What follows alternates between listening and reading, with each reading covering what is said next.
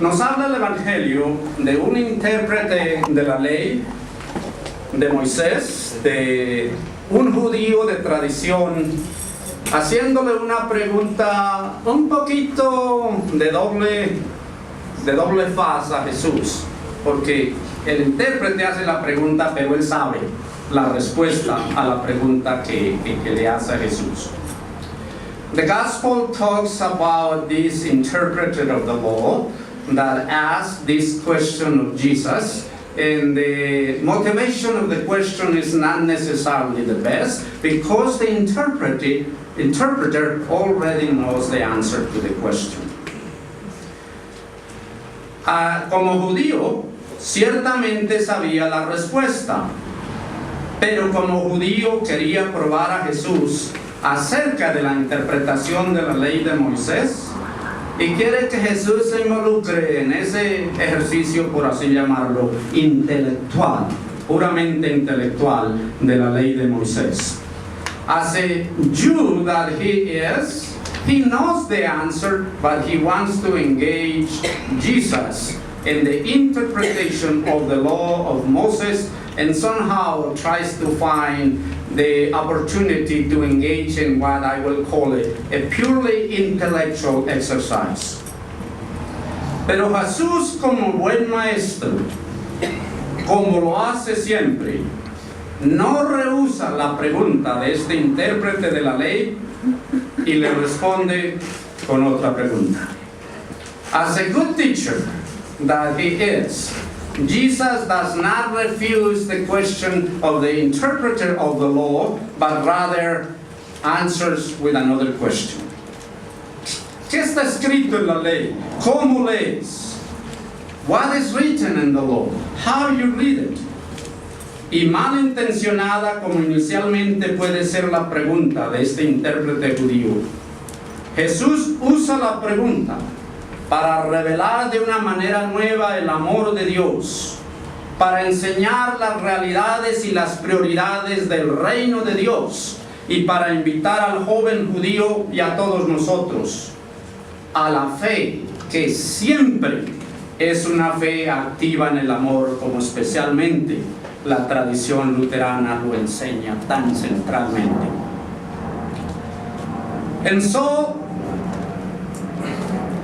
given the suspicious motivation of the question, Jesus uses that question to teach again about the love of God for all of us, to teach us about the realities and the priorities of the kingdom of God, and to invite us all to faith that is always, especially in the Lutheran tradition, faith that is always active in love for the sake of the other. Y especialmente cuando hablamos de la fe que es activa en el amor, si leemos la Biblia en su totalidad, si miramos el ejemplo del ministerio de Jesús, siempre estamos invitados a hacer esa fe activa en el amor, cercana, especialmente con los vulnerables, especialmente con los que sufren. If we read the Bible and the gospel and the life and ministry of Jesus Christ, we know that the faith that is active in love is always for the sake of the other, for the sake of those who are vulnerable, for the sake of those who suffer.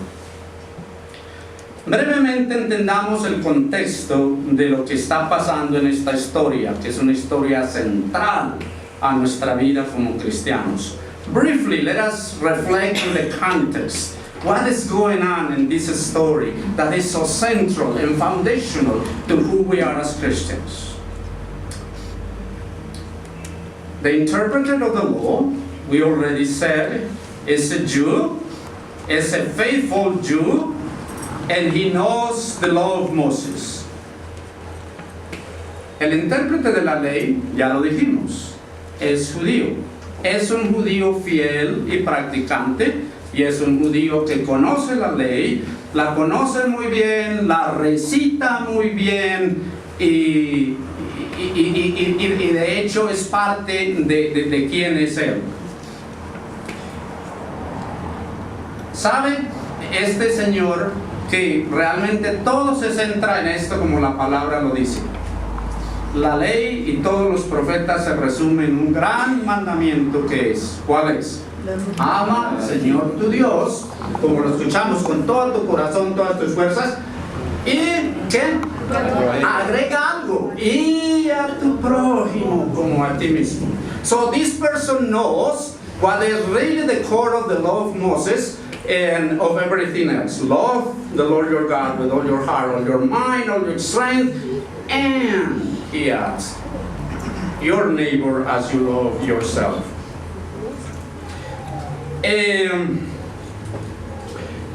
¿No es cierto que lo mismo sabe el sacerdote y el levita que pasa por ese lado?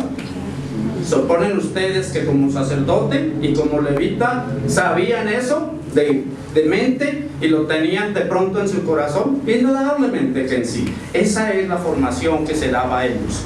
The same is true for the priest and the Levite. They know it. They were instructed in these principles. And obviously, we are to somehow expect that particularly the priest and the Levite coming to see this person that is dying by the road will be moved to pity and help, but the story tells us they didn't. They passed by. Y es de esperar, ¿cierto? Que especialmente un pastor o una pastora, llamémoslo así en nuestro tiempo, alguien que es parte, dijéramos, de la iglesia, dada su formación, cuando ve una necesidad muy urgente y muy tangible, no es de esperarse que sea movido a misericordia y que haga algo. Pero la historia nos dice que tanto el sacerdote como el levita, esta es la palabra, pasaron de largo. Y agradezco que hubieran leído de Levítico, porque aquí también hay un trasfondo para nosotros con las famosas leyes de pureza. Es de entenderse que el sacerdote las conocía y que ni siquiera de pronto sabía que este pobre estaba todavía vivo o moribundo y temía contaminarse. Tenía contaminarse, y desde ese punto de vista podemos entenderlo. We need to also to understand that the priest and the Levite knew the purity laws, and we read them in the book of Leviticus. And from that perspective, we can understand that maybe they were really concerned. I don't want to contaminate myself. Y posiblemente sucede lo que sucede en la vida. De pronto iba para el culto de Vida Nueva a las 10 de la mañana en el barrio de la Alhambra. Y hay prioridades, ¿sí o no? And very likely the priest and the Levite said, we have worship and new life at 10 in the morning and we are a little late, so let's keep going. Ahora sí, la enseñanza radical de Dios y del Evangelio para todos nosotros. Now, the radical teaching of God for all of us. Jesús, para definir no en lo abstracto, sino en lo concreto, quién es el prójimo, usa el ejemplo del buen samaritano. De esta persona que era considerada impura, de esta persona que era considerada de segunda clase de acuerdo a los judíos, de esta persona que los judíos pensaban, sí, ellos adoran, pero van a la iglesia equivocada. No adoran como nosotros, no adoran en el mismo monte donde nosotros adoramos a Dios. And so, Jesus gives the example of the Good Samaritan, and the Jews are thinking, no, Lord, that's the wrong people. They are not like us, they are second-class people, and they worship, but they worship in the wrong way, not in the mountain that we worship.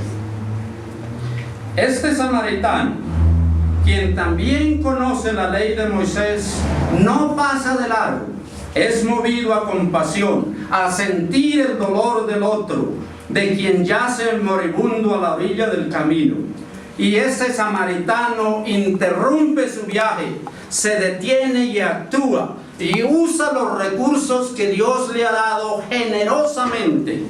y venda las heridas de quien ha sido robado de sus pertenencias, y más que de sus pertenencias, de su dignidad, de su futuro, de su esperanza y de su proyecto de vida. This Samaritan, who also knows the laws of Moses, does not go by, but stops the journey, is moved to compassion and acts, and helps this person that is dying by the side of the road. And not only that, uses the resources that God has placed in his hands, and take olive and wine and heals the wounds of this poor person, takes it to a nearby place where he can be helped, and thus helps this person that not only has been robbed of something materially, but also of his hopes and hopes in the whole project of life. Y mis hermanos, brevemente quiero dejar con ustedes 3 lecciones muy prácticas para el quehacer misionero de esta congregación, el quehacer misionero de nosotros como Iglesia Luterana de Colombia. And I want to share 3 practical reflections for our missionary work, whether here or in the United States. La primera de ellas, hermanos, yo creo que esta es una historia que nos alerta acerca de la tentación que siempre está presente para la vida de la iglesia. I think that this is a story that alerts us about the ever-present temptation for the church. Y la tentación puede definirse de muchas maneras. Es esta. Es la tentación de separar la fe de las obras. Es la tentación de separar el amor de Dios que tiene para con nosotros, con el amor que nosotros estamos llamados a darle al prójimo, a quienes sufren. Es la tentación de creer que glorificamos y alabamos a Dios solamente con nuestros ejercicios intelectuales. Es la tentación de creernos tan puros como para contaminarnos al adentrarnos en el nombre de Jesús, por el llamado de Jesús, en el dolor ajeno, en el dolor humano. Y si bien es cierto que las obras jamás, escuchémoslo bien porque estamos en una iglesia luterana, si es bien es cierto que las obras jamás, absolutamente jamás nos van a salvar, ese es el don de Dios en Jesucristo. También sabemos que las buenas obras son el resultado lógico y natural, como un árbol que es plantado junto a arroyos de agua y que da su fruto a su tiempo y abunda y sobreabunda. Lutero mismo lo dijo tajantemente: es imposible separar las buenas obras de la fe, como es imposible separar el fuego de la luz. Por eso es fundamental que tengamos eso en mente para que no nos suceda lo de la hermanita Piraquive.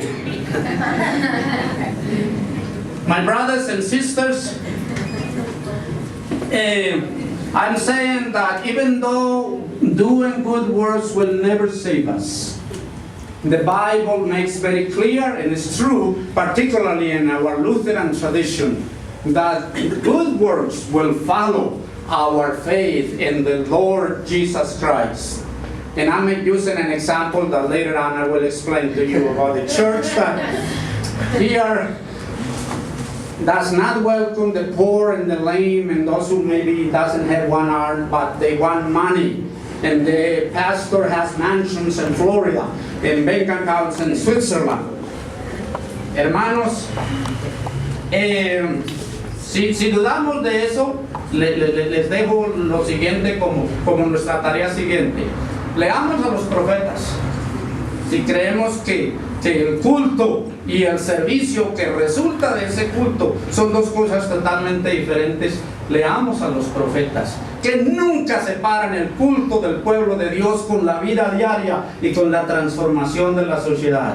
Si lo dudamos, vayamos a Jesús mismo, que con su vida y ministerio, con sus milagros, sus sanidades, con el multiplicar de los panes y los peces, alimentan no solamente la hambre espiritual, sino también el hambre material.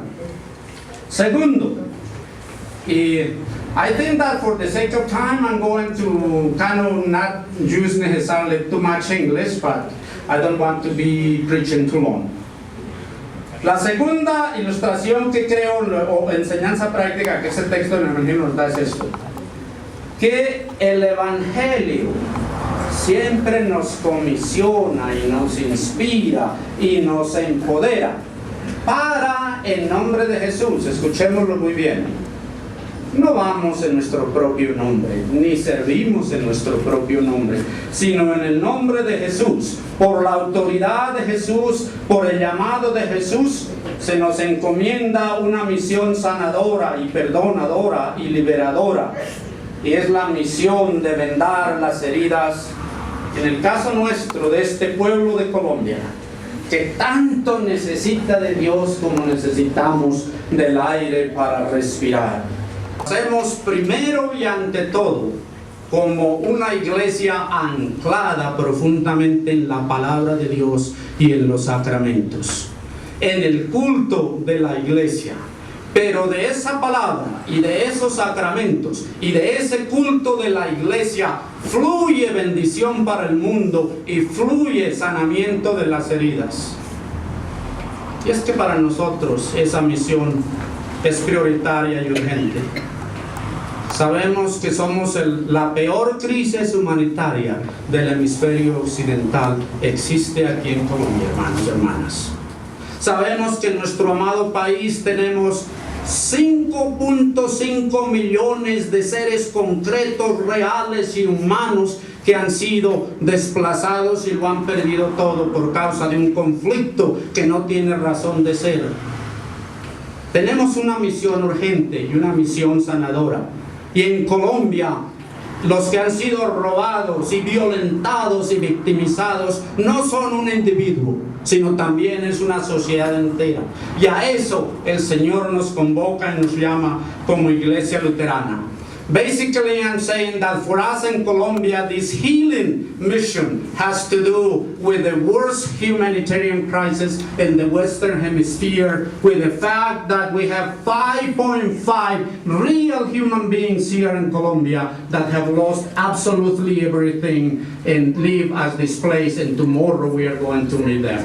Mañana vamos nosotros con el grupo del Buen Samaritano, no a leer la historia desde lo abstracto, sino a vivir la historia con los abuelitos y las abuelitas que tenemos en Soacha.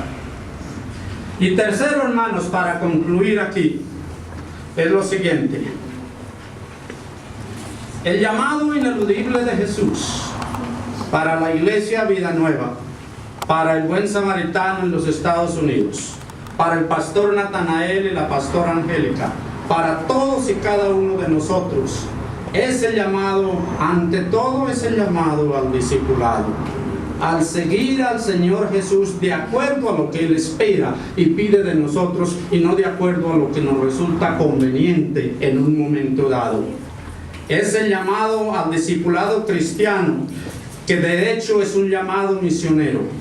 Y esta llamada nos convoca siempre a dejarnos enseñar por Jesús. Nos creemos como los que lo sabemos todo, aunque tenemos 80 años de historia como Iglesia Luterana de Colombia. Es un llamado también a revisar nuestro quehacer. ¿Qué hacemos y cómo lo hacemos? Y de pronto una pregunta mucho más fundamentalmente: ¿estamos haciendo lo que Dios nos llama a hacer? Y es también un llamado indudablemente a la confesión. Y por eso sí me alegra y me orgullece de ser luterano, que en un tiempo, incluso cuando muchas iglesias por muchas razones han dejado de reconocer que somos pecadores y lo hacen abiertamente, eso es central para la teología y la liturgia luterana. Empezamos con un sentido de honestidad y de humildad, y hay lugar para eso, pero cuando hacemos esa confesión, sabemos que el Señor nos empodera y nos da nueva vida, y hay nuevos comienzos, y nos llama a ser buenos samaritanos con aquellos que sufren. En conclusión, hermanos, ¿quiénes creen ustedes que es el buen samaritano primero que todo no solo en el contexto de esta historia, sino en el contexto del caminar de la iglesia. ¿Fue ese samaritano de Samaria, los vecinos de Israel? ¿O hay otro que es, ante todo, el buen samaritano por excelencia? La historia empieza con Cristo y termina con Cristo. ¿No es cierto que es Cristo el que nos ha encontrado moribundos a la orilla del camino? ¿No es cierto que es Cristo que ha hablado del amor, pero no lo ha hecho en lo abstracto, sino ha demostrado ese amor dejándose crucificar, muriendo por nuestros pecados y por los pecados del mundo?